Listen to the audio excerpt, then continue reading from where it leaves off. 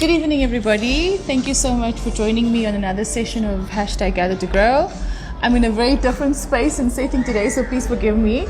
Not my usual space, but I'm here and I'm very happy to be able to join you and to be able to share some more information, much valuable information to farmers looking to export agricultural produce from South Africa into other parts of the world.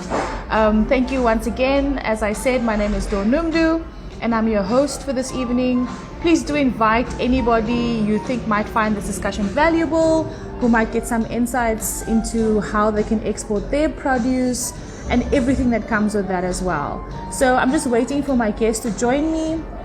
Also just pulling up some additional information on all that needs to happen for this evening, and also just some of the talking points that I have prepared. And remember, it is interactive, so if you'd like to ask any questions, you're welcome to do that. You're welcome to comment in the box. There's also a section for you to also just pop a question there as well. Whatever you prefer. Also, please do tell me where you're joining from. It's always great to kind of hear where everybody is connecting from and what needs to happen. Two economists, which is really great, and Alton Grieve, who's also really been part of the Food for Mzansi family since the beginning. I'm just accepting them, and they'll just show their faces in the beginning. And then for the, just an interest of connectivity and being able to show that it's stable, we can. Hi, Karabo, how are you? Hi, guys. I'm good. I'm good and you. Hi, family. Hi, how was your family day? It's all good. I think because we are now in December, Dawn. Yes. You know, what am I doing in this space? We just want to be outdoors. And I know. After a long year and, going to farms and talking to farmers, we just now want to relax and enjoy. I know, I get it. But you see, I'm here now. I love it. Thank you so much for taking the time to talk to me. I was actually thinking, will anyone even join me this time of the year? But I'm happy that you're able to, and that you're able to be with me and join us as well. Our other guests, maybe while we wait for our other speakers to join, you can tell us a little bit about you, your journey within agriculture and agricultural economist, maybe just more about the work that you do day to day. Oh, okay. Thank you, Dawn.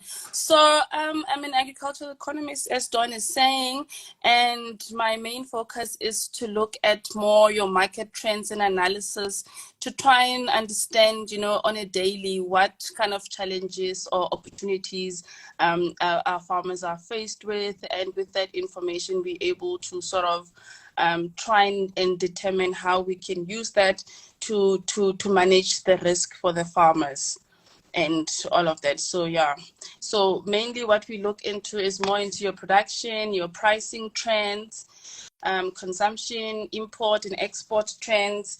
So we sort of mainly like to keep clients and farmers up to date with what is happening in terms of trends, so that they can use that information to be able to do decision making. Like if you're a maize farmer now and you're out here in the West, in the Free State or anywhere in the country, to be able to know what the prices are, what you can expect when you go to sell your produce, or what the weather is looking like, things like that. Yeah, so I think you offer a really broad perspective, and you're just listing a few of the aspects that you focus on. And it's already a lot, but I would like to thank you for your time. Some of our speakers, I just want to read some of the comments while we're still waiting for other guests to join. Okay. I think it's Lukani Siabonga saying, I want to start small scale farming. How do I start in Cape Town? I'm based in Cape Town. Please do connect with me. I would love to give you advice. I think also what I usually do after these sessions is if you DM Food for Mzansi, I'll be able to respond to the messages, send you links on how to get started. That's the basics. So thanks so much for that. Another comment Maybe also just asking. Maybe just to add to that, Dawn, it's also very important for the guy asking the question to sort of think about what they like to do, because farming is a lot of hard work. So they would definitely need to know what is it that they're interested in, and then do sort of a market research into where they're going to, you have to produce something that's in demand. You can't just produce. So try to find out what would people like to have, and then take it from there. And then, of course, yes, join more spaces and go into the Food from Mzansi page for more advice. Oh, thanks, Karabo, for like doing that for us. But I mean, you can also talk about your channel, the Agri Duo. They also share a lot of great advice, you know, in terms of farming, agricultural practice, all around. Amazing two dynamic young agriculturists within the South Africa. So shout out to you. And please forgive me for the background music today, guys. Like I'm not in my, and there's my son just popping into the space. Okay, It's I think December. it's definitely December, and that's usually what happens. My son is already home from school, so please forgive me, everybody. Okay, let's start with the first question. I don't want to take too much of your time. Our other experts are also still connecting. What are the key, you know, agricultural products that South African, you know, commonly exports, and which countries are they primarily imported? It's primarily importing these goods. If you look at the main exportable products that South Africa is actually sending, if we look at the 2022 data, we see that we did export 12.8 billion US dollar. That's exported value. And that was like high by 4% year on year. And the main products, I think this one, the first one, everybody can guess, it's maize, followed by, and then we have wine, grapes, citrus. We have a bit of nuts here, apples and pears, your sugar, avo, and wool. So if you look into the split where all our products are going to, the main one is your African continent, and that is our leading market, and it constitutes about 37%. Then we have Asia, which is the second largest market at about 27%. The EU is the third at about 19%. We also have the Americas at 7%, and that will be the fourth. And those four main regions will account for a whole 90%. So it means that we will be only left with 10%, which will go to the rest of the what I haven't mentioned. And if we now just try to break it down, the top 5 importing countries are, and that's by value, 2022 numbers. We do have the Netherlands, the UK, Botswana, Namibia, and China. So those are the main importing countries. And then we do have the top 5 products that we are exporting. And that is your maize, your fresh grapes. We do have fresh or dried oranges, apples, and wine. And maybe whilst I'm on the products, Dawn, it's important for one and for us people in the industry, if you're looking into exporting, to try and understand your foreign market. You know, what is it that they prefer? I also said to the gentleman here in the Western Cape that for him to sort of try to start farming, he needs to sort of say what is it that he likes, and also what is the preference in the market, or what is the need. Then the second thing will be mainly to sort of adhere to food safety regulations. And lastly will be the trade, you know, to negotiate the fair trade. But we'll get to that in a later stage. Thanks. Thanks so much for that context, Karabo. It's really appreciative, and also just kind of to get a big overview of what we are exporting and where to, what do those products actually look like, and perhaps even insights as to how someone can then step into the sector and automatically choose those commodities to then produce and farm with. We're getting a great interaction today, and I'm really happy about it. Some people just asking, you know, how do they get into this specific commodity? Someone asking about essential oils. All of this information can definitely be shared afterwards, so please keep commenting. And then again, just a reminder, you're welcome to DM us afterwards if I haven't answered any of your questions or any of that at the moment. Okay, our other guest is also here, also an agricultural economist. Maybe you can just introduce yourself to us, pretty please, and tell us who you are. We saw your beautiful face, you know, popping up. But for the network, we're going to kind of keep cameras off tonight. I hope everyone will forgive us. Just in a year of voices today. Tell us a bit about you, where you're connecting from, also just more about your work in agriculture. Thanks. Thank you, Dawn. Hi, everyone. I am Tumarelo Dukole, and I'm an agricultural economist. I've been in the field for the past 4 years, roughly. And I do more the same work as Karabo. I'm a market trend analyst. So we look at the same thing. We look at the trends in agriculture, try to understand how it will affect our farmers, our consumers in general, the economy, and see and forecast best solutions on how to mitigate all the risks that come with being in agriculture, which is challenging. Thanks If so I much, may, and you already come getting so much love from the people on the platform. So welcome, Karabo. You were saying? I was saying, yeah, she's such a lovable character, Tumarelo. I was saying, what she forgot to mention is I did work with her for just over 2 years. So lovely. Yes. That's really awesome. Totally loving that. Okay, let's get back into just more on the topic. Yeah, again, someone asking about hydroponic farming. We can definitely, get into that. Also, we've done a lot of these conversations before where you get insights into how to start all of these various aspects of agriculture and farming. But let's talk about fresh produce. How does South Africa's export process for fresh produce comply with international quality and safety standards? How does that work exactly?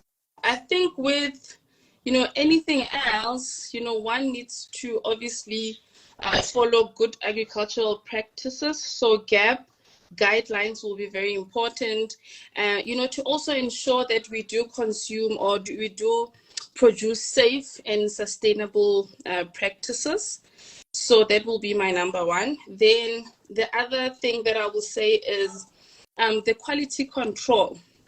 That's also important. You need to make sure that your produce will be inspected. It will also be of good quality, graded in order to meet the specific export market. It will go back to what I said also in my introduction to say one needs to understand the foreign market preference so that you're able to produce according to to their guidelines. So all of that will also include your size of the crop or of the produce that you're actually producing, the color and the maturity, and the absence of defects. So those are all of the quality control issues that you will have to sort of align with. And also your traceability systems. That has to be in place because when you are maybe a consumer somewhere in the world, you need to be able to track, the origin of that fresh produce or whatever product that you're consuming, and that's obviously very important, and it aligns with safety concerns, all of that. So the other thing will be maybe your cold chain management.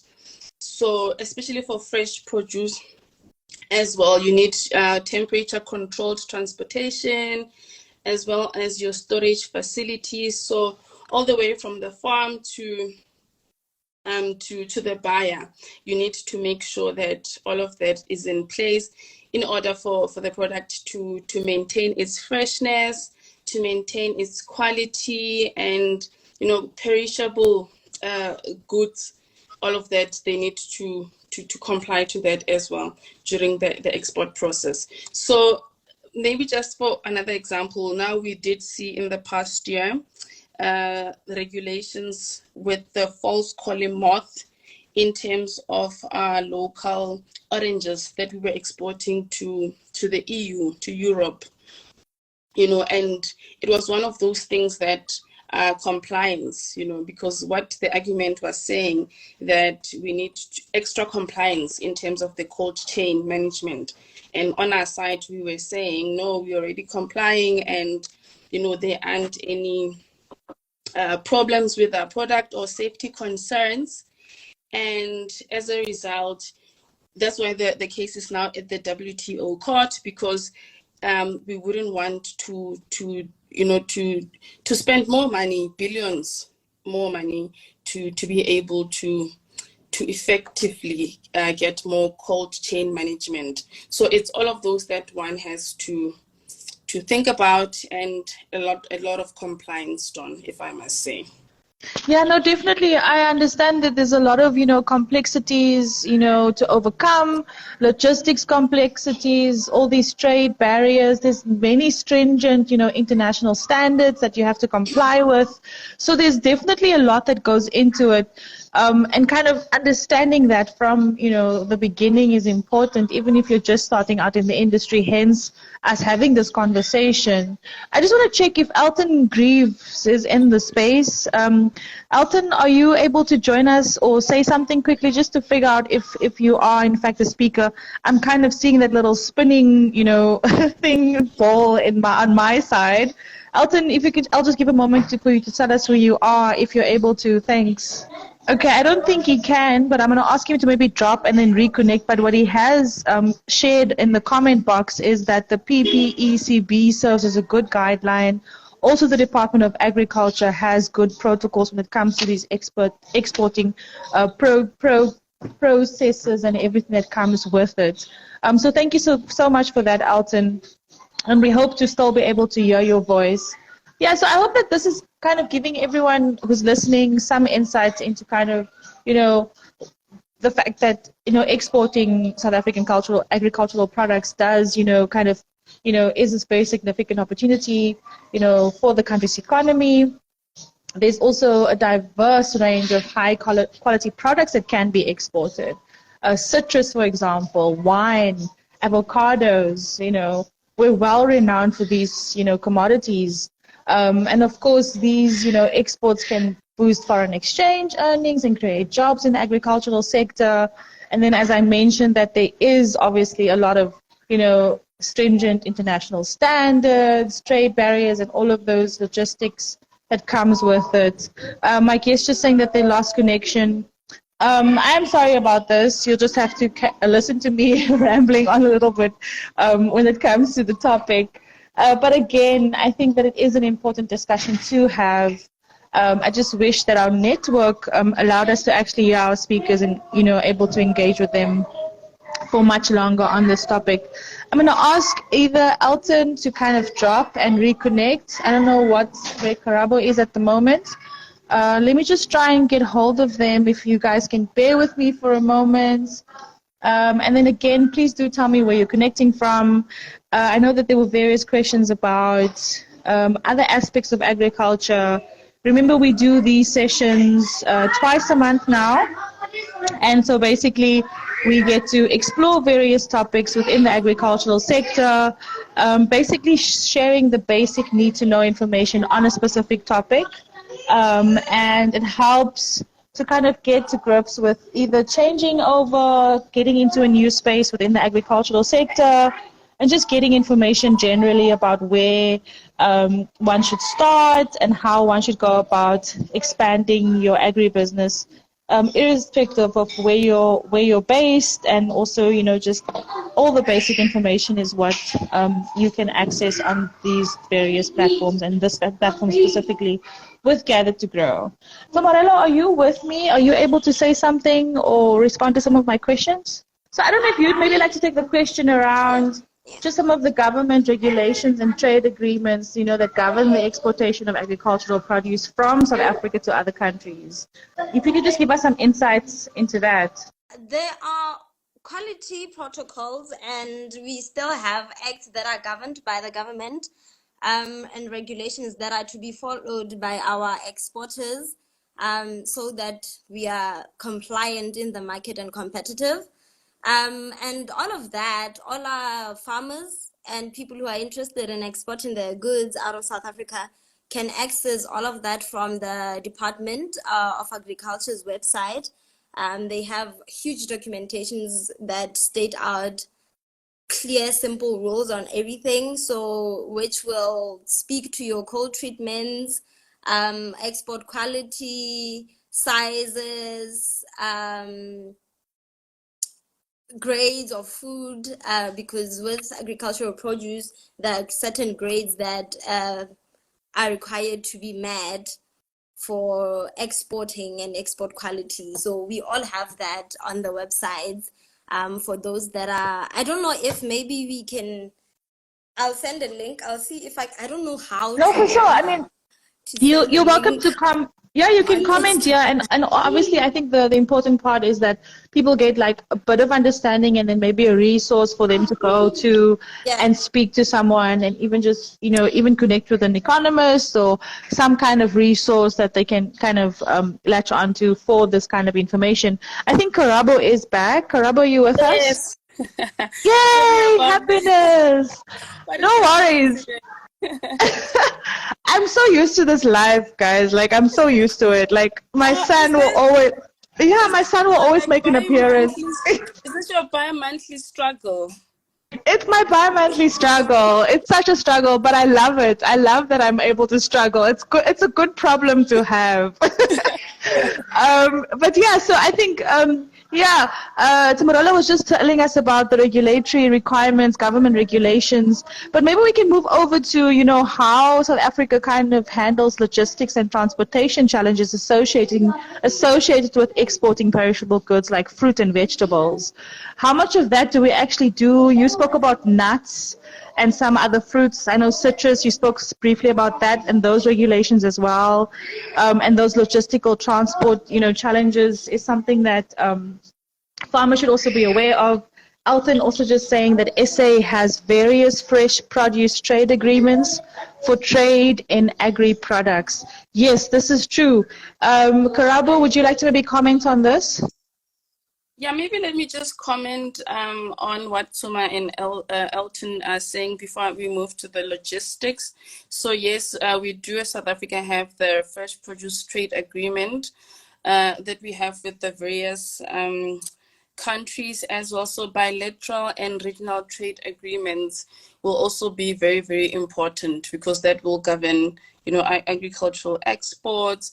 And we also have things like your African Continental Free Trade Area, the SADC, and all of that will sort of at the end determine, how you go about exporting. We also have your SARS as well, that sort of manages the customs procedures as well as the export documentations and tariff regulations. But like Tuma was also saying, I think the bulk of it, you won't go wrong to go through the Department of Agriculture, Land Reform and Rural Development, because they are, the department that's mainly responsible for the regulation and the promoting as well of the agricultural exports, as well as of ensuring that we do have compliance and the phytosanitary and food safety requirements are sort of adhered to.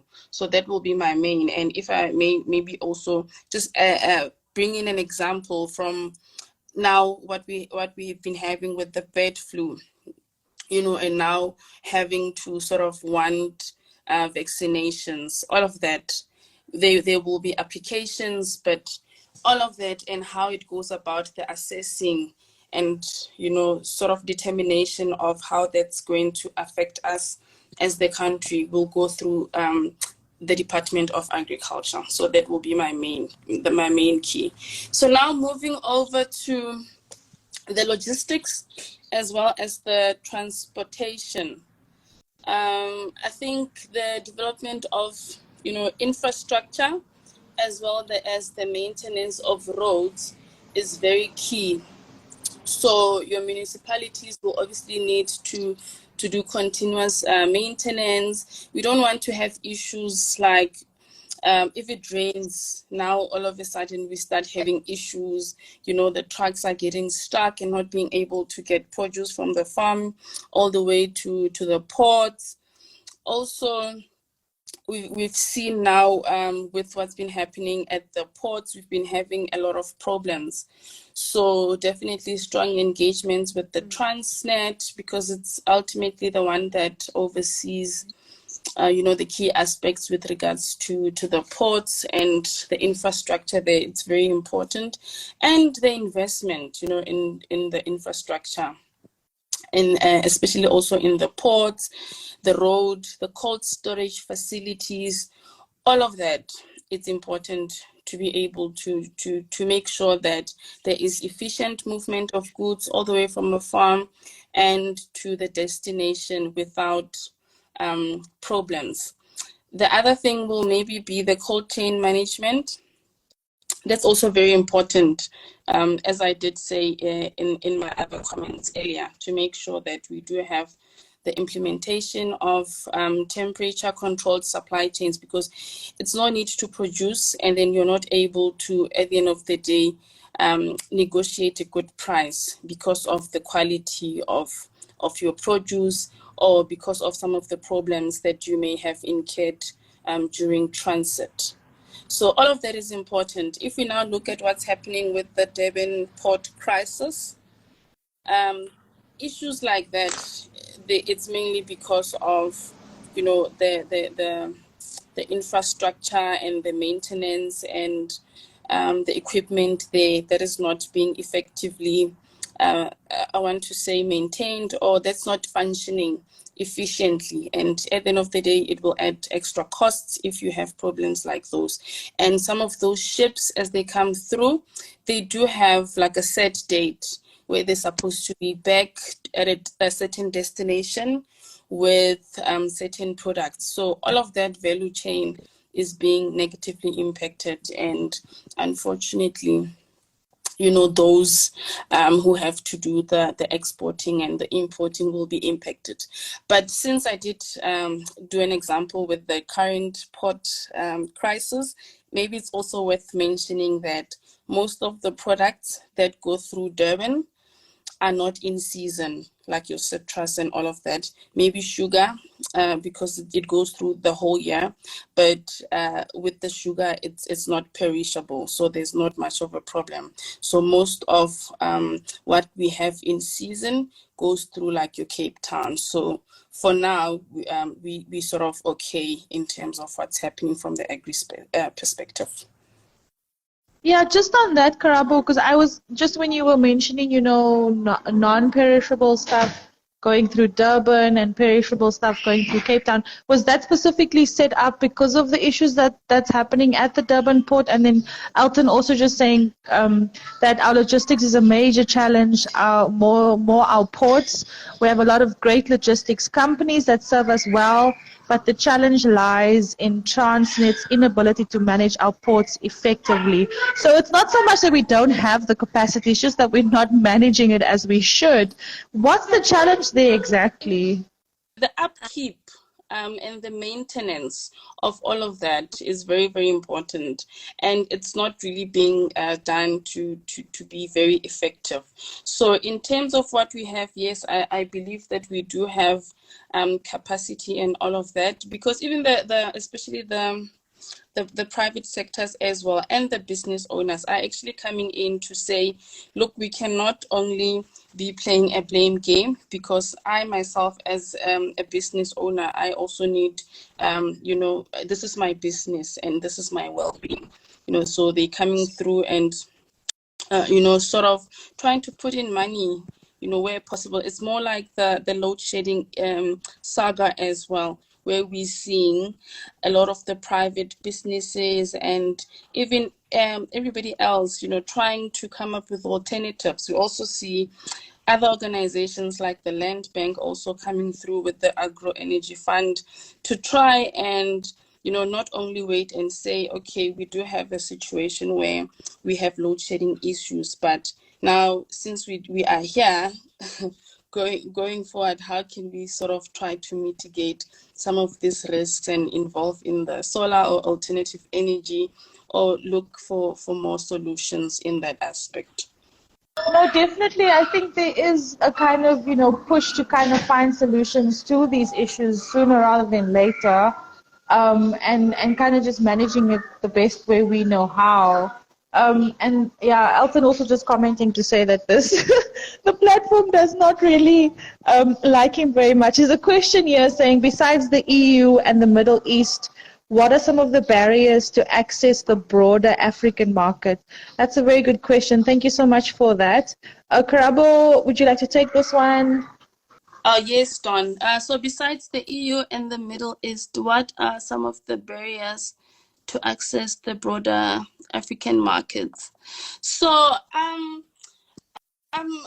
think with regards to other African markets, it's also very important for us to, to have those relationships and build those relationships as well.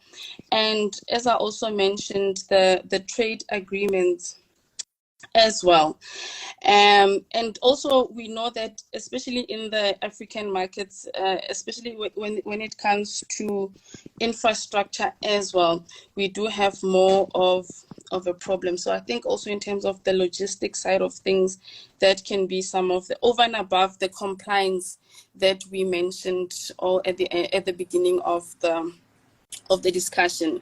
Then maybe on some of the other markets, if we look at the now new, I don't want to say new, the recent now story with the Botswana government also trying to close their borders there to try and promote the small scale farmers that side, in terms of the vegetables. So also if we have things like that, then it means that the market is not so solid, because if you're used to exporting your produce to Botswana, for instance, and now all of a sudden the market has been closed, because then from that angle they're trying to promote their local market, which I think to some extent I understand, because as an industry and as a government, you would like your farmers or your local market to be able to grow. But, from our side now as South Africans, being blocked from sending our produce to Botswana, for instance, it's one of those barriers or problems that we sort of get faced with. And at the end of the day, unfortunately, if you have a market that's normally destined for that market, and now it has to come to the local market, it may end up, we may end up having more supplies in the local market, and that may obviously impact your pricing and all of it, your ability to to remain profitable and sustainable. So those are some of the, I think, factors to keep in mind. Yeah, thanks, Karabo. I would like to get, Tamorelo also to give us some more insights, just from her perspective. I want to ask her more around, how does South Africa address environmental sustainability concerns? I just want to go through some of the comments as well. Elton saying, I'm going to be your voice tonight, Elton. Elton saying, logistics within African countries is a challenge. So there's that factor, and then also you mentioning that we require a more coherent approach between government and the private sector to overcome our poor challenges. Agree with that, definitely. There's no way we can't work with the private sector. We should be working more closely. But thank you so much for all of your comments. I love how engaging the session is, and I think there will be an opportunity for us to do a part 2 on this. I think it kind of deserves more time spent talking through some of these aspects and questions that farmers do have. Thank you so much to my guests for their patience, and to all of you for staying on and listening. If you've come along the way, our topic is focused on exporting, agricultural produce to other parts, highlighting the opportunities and the challenge when it comes to exporting agricultural products to international markets. So yeah, let me just focus for a moment. Yes, apart from the infrastructure and logistics in the African countries, as well as the, your maybe trade barriers, or maybe government also sort of closing up the market. We also have things like this phytosanitary and regulatory requirements. I think we mentioned that when we also started, which is also very important, because then that will talk to your labeling, your packaging, and your documentations, all of that. And I think I did see a good friend, Tamsin, who's very big into that space, and she joined the live as well. And she's doing amazing work in that regard, specifically to help, small farmers to be able to be compliant and to be able to end up qualifying to get into maybe some of those markets. And the other thing, especially with regards to market information and intelligence, unfortunately, some of the other African countries are not as advanced as we are in South Africa. Here, at least we're able to see, or we're more transparent in terms of the pricing and all the other trends that we have domestically. But if you go into the other African countries, you find that it's very hard to get some of those information as well. So that can be one of the challenges. Yeah, thanks for that, Karabo. And I'm very much aware of Tamsin's amazing work. I actually invited her to join this session, and hopefully she's able to join the next one. There will be a part 2 on this, on Gather to Grow. So please do look out for that in early next year. Have a few great topics lined up, and I think this should definitely be one of the ones that we tackle early in the year for all the farmers just starting out or wanting to expand their business to, reach international markets.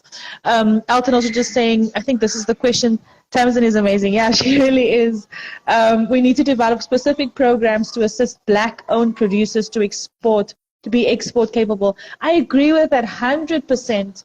Elton, I think that should be like one of the main focuses also for our next discussion. How do we actually put that into play? I think so much of what these conversations are about is to kind of reflect and see how do we make it so that it works for Black producers within the country. So thank you so much. I wanted to specifically ask you about, how does South Africa address sustainability concerns that relate to the production and exportation of its agricultural goods? I'll just take a moment just to hear if you can respond. Thanks. Karabo, do you want to take this one? We only have a few moments to be able to still have this conversation and keep it going. I think an hour at most is long enough for There we go. I can hear you now. Yes, perfect. Thank you so much. You are now. Yes, you are now. Thanks. So I was just asking you about the, concerns of environmental sustainability concerns related to exporting products. What is the feel? What is the context to that? Can you share some of those insights with us, please? Agriculture is it depends a lot on the environment. So it's very seasonal in nature. And when we look at the climate, we don't just look at what we are growing, but wherever our produce is going, which is something that you can't really predict and come up with measures of. But since the beginning of artificial intelligence and growing of crops in hydroponic systems, etc., we are able to kind of control how much and when we produce what. And with those practices, we are able to then meet our export requirements and meet the produce that we need to take out into other countries. So it's just it's a catch-20. It depends on the seasons. Agriculture is very seasonal. For instance, right now we are in a La Nina phase where we are expecting drought, and yeah, we are. However, we are still optimistic. I mean, we are getting grain, so it's a good thing. We are getting right now, so we are optimistic about the produce that's gonna come out in the next season, in the coming season. So I don't know, Karabo, if you can help here, but with exporting, being sustainable in exporting is a bit tricky to explain. Sustainability is in producing. I don't know how to explain it when it comes to exporting, but in producing sustainability, we just have to, we use technologies. We use such things as hydroponics, vertical growing of plants. Yeah, I don't know, Karabo, if you can maybe assist here with exporting sustainability and exporting.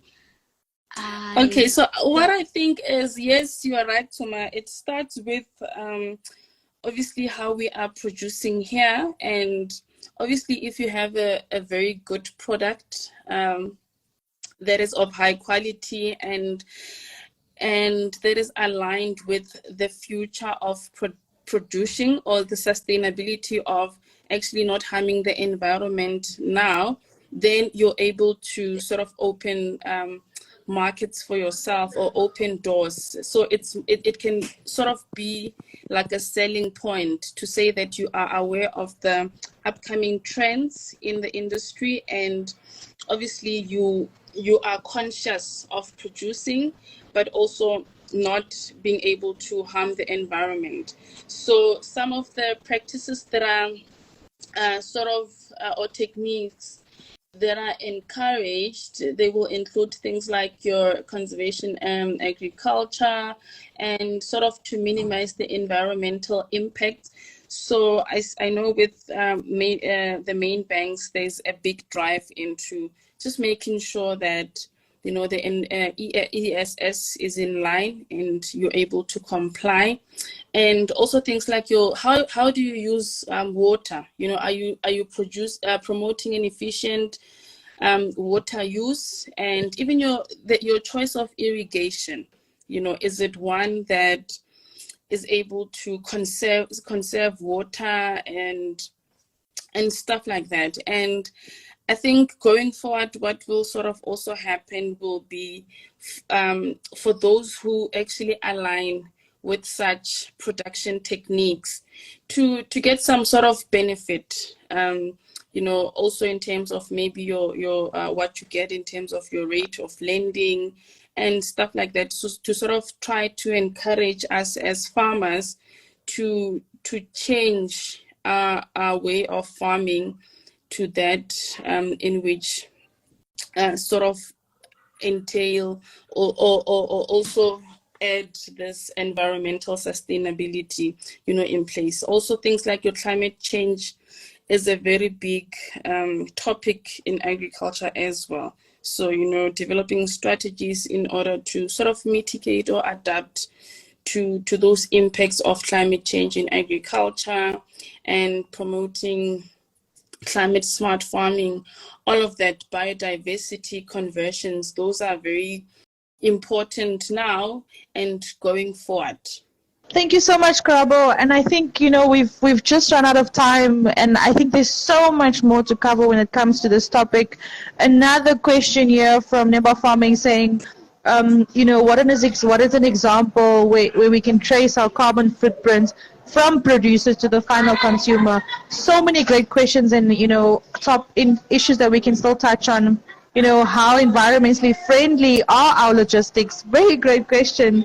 Alton also just saying that you can follow his blog and also suggest topics that he can focus on to share with the industry. Thank you so much for that, Alton. Okay, in the interest of time, I'm going to ask my speakers who are able to contribute with their voices tonight and not just with the text, to just share final comments on this topic, and also share how we can follow them, how we can get more information from them. Please do follow them on Instagram right now. That's a start, and I'm sure you'll be able to get more insights into what they do and how they can share more information with you. But I'm going to start with you, Thorelo, just to get your final comments, and then we take it from there. Thanks. I'm excited about the future, especially after the BRICS Summit, where we have new members added. This will grow agriculture. We have now an opportunity for market expansion. With Saudi Arabia, Argentina, Egypt, Ethiopia, Iran, and the UAE joining into the BRICS Plus organization. So now it will help with sharing of agri-technology, where it will also help with the sustainability issue.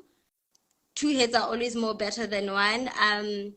It will also promote smart agriculture, efficient use of fertilizers, especially the fact that inputs are a problem. Costs just keep on rising. Input costs just keep on rising. And yeah, it'll also help with reducing import tariffs for South Africa and the member countries involved, which promotes exports and trade between the countries. So I'm very excited about that relationship that has been formed, and looking forward to see how that turns out for South Africa for expansion of the South African agricultural produce market exports. So on LinkedIn, my people can follow me on the profile I joined with, and also engage with me on LinkedIn, Tshomarelo Dikgole, and on Twitter. I'm not really active, so LinkedIn and Instagram work best if people want to get in touch with me. Thank you so much, Tshomarelo. That's perfect. Karabo, over to you for your final comments. Thank you, Dawn. I think my main comment is that we need to stay updated on the market trends, what are the regulations or opportunities. So I would just advise us to, be friendly with and build networks within the agri community, engage regularly, with industry publications, talk to our neighbors, attend workshops, and to participate in training programs there as well. I was attending another session, I think 2 weeks ago, and I was just excited to see what some of the offerings are out there for not even people who are already established in farming, but also people who are at the idea stage. If you go into, especially, is it the GIBS platform, you'll be able to sort of see what other, training sessions or, helping sessions they have on there. So it was also quite interesting for me to know that they also help you, even though you haven't even started or you're at an idea stage, or they even help those who, have advanced to some extent. So yes, let's join more platforms like the Food from Mzansi, and just be out there and try to talk to people. And am I on Instagram? Yes, at the because I visit. I'm not so active. I need to maybe make a New Year resolution. Yes. I'm more on LinkedIn than So other at the platform. AgriDuo and the my handle, I don't even know what my current handle is, the one that I'm in with now. And our YouTube channel, Food for Thought with Karabo and Konsi, or the AgriDuo. I love it. I love the AgriDuo. They're always such a vibe, and it's just great to kind of watch you, look at your content, share it, just go crazy with it. So definitely much needed. I think we're definitely going to do a part 2 on this topic. Elton, again, big thanks to you too. Couldn't hear your voice, but you gave so many great insights and comments here for the farmers to also latch onto. So thank you so much. Looking to next year, I have another session for this year still, but I'm not sure with people's schedules. I might move it out to next year. But the first one in January will be on the 10th of Jan. That's going to be on Setting Farming Goals 101. Setting Farming Goals 101. The next one will be on Farm Planning and Design. And I'm going to try and put another exporting topic as well in that session. And then those are the first 2 that we're going to have for the year, first 3 for the year, and then we take it from there. Thank you so much to everyone who joined this evening. Apologies once again for all the technical aspects. But again, thank you, and let's continue to grow the Gather to Grow family and just make the most out of being able to connect on this virtual platform and share information, follow each other, celebrate each other. Just keep doing it for this love that we have for the agricultural sector. From me, Donumdu, my guest, thank you once again. So thank you so much and everything of the best. Bye-bye for now.